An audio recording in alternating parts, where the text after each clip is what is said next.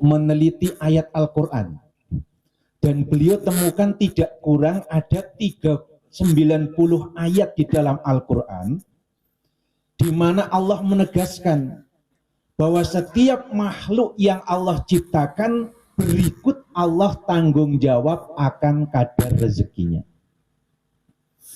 Dan menurut beliau hanya dalam satu ayat saja, dalam surat Al-Baqarah 268, setan menakut-nakuti, setan menjanjikan dengan kefakiran. Andai saja dibalik, Allah hanya mengatakan sekali saja, menjamin seluruh makhluknya akan rezekinya. Dan setan kemudian koar-koar sampai 1000 kali. Kita umat Islam, orang yang beriman, yang punya benih-benih keimanan dalam lubuk hati kita, harus percaya kepada Allah. Gimana apa mboten? Apalagi ini Allah Subhanahu wa taala menegaskan tidak kurang 90 tempat di mana setiap makhluk yang Allah ciptakan berikut Allah tanggung jawab akan kadar rezekinya. Dalam berapa tempat Bapak Ibu sekalian? 90 tempat. Nek jenengan mboten percaya, buktikan sendiri, dituyak dewek. Ini dibuktikan oleh Hasan Al-Basri. Tetapi sungguh aneh bin ajaib. Allah sudah menetapkan di dalam kaulnya, di dalam Qur'annya 90 tempat untuk memotivasi kita. Masih banyak juga orang-orang Islam, orang-orang Muslim yang kemudian tidak yakin, ditengarai dengan dia memiliki tanda-tandanya. Minimal ada 3 tanda yang kemudian dia tidak yakin akan kadar rezeki yang akan Allah berikan kepada kita. Sehingga tema kita pagi hari ini apa? Butuh akan tetapi angkuh. Butuh tapi kok angkuh. Yang pertama adalah ketika orang itu takut miskin. Ketakutan yang berlebihan menyebabkan dia tidak selektif, Pak. Dia mengatakan, oh hari ini jangankan yang halal, yang haram saja kok sulit itu. Sehingga dia menggunakan segala cara, segala teknik. Kalau perlu membohongi, dia membohongi. Kalau perlu sikut kanan, sikut kiri, sikut kiri. Bahkan kalau perlu menggadekan akidahnya, dia harus merdukun dalam rangka agar supaya dia kaya raya. Dia lakukan. Padahal Rasul mengatakan, inna rajula la yuhramu rizqa bidzanbi yusibuh. Bahwa seseorang itu akan terhalang mendapatkan rezekinya gara-gara dosa yang dia lakukan. Padahal setiap kita makhluk hidup butuh akan bagian Allah di dunia.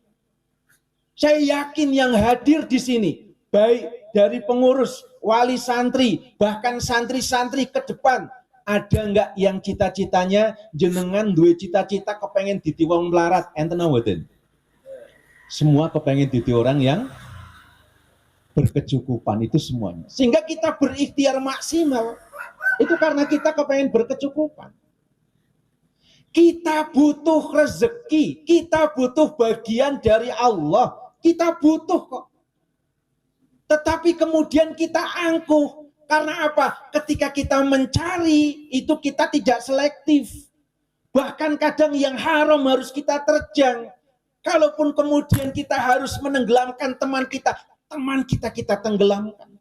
Hanya untuk sesuap 2 suap nasi. Padahal Allah sudah menjamin kepada kita, 90 tempat sudah diterangkan bahwa Allah menjamin kadar rezeki kita. Tapi kenapa harus berperilaku semacam itu?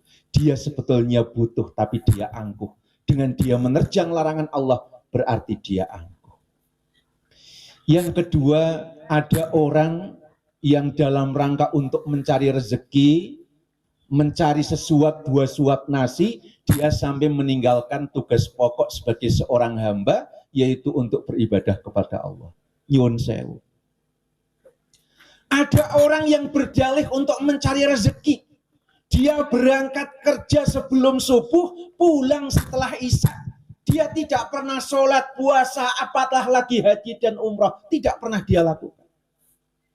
Karena apa? Dia merasa kalau saya mengurangi waktu untuk sholat, saya mengurangi waktu untuk yang lain ibadah kepada Allah, nanti akan mengurangi porsi waktu-waktu saya, mengurangi jatah saya. Itu paradigma, itu tasawur dan pikiran orang tersebut.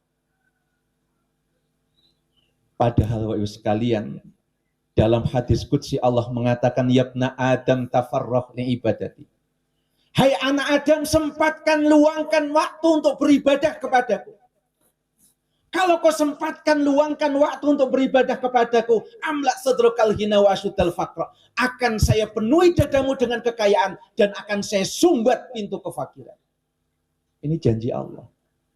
Wa illam taf'al, tapi kalau kamu tidak mau mengerjakan, kamu malah tinggalkan ibadah di nomor sekian kan, ada panggilan Allah azan, kau teruskan aktivitasmu. Illam taf'al, jika kamu tidak memprioritaskan Allah, memprioritaskan ibadah, malaktu yadaika suhla, akan saya penuhi tanganmu dengan kesibukan. Begitu ditelepon, akhi kajian, sibuk. Akhi gotong royong, sibuk. Akhi ada acara kondangan, sibuk.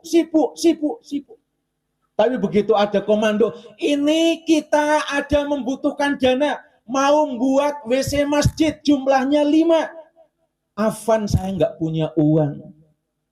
Malah belum masuk daftar list. Tekowong ya.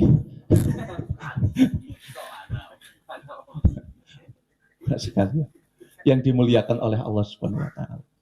Begitu sibuknya dia luar biasa. Waktunya terkuras, tidak sempat untuk ibadah, tapi harta tidak berkumpul.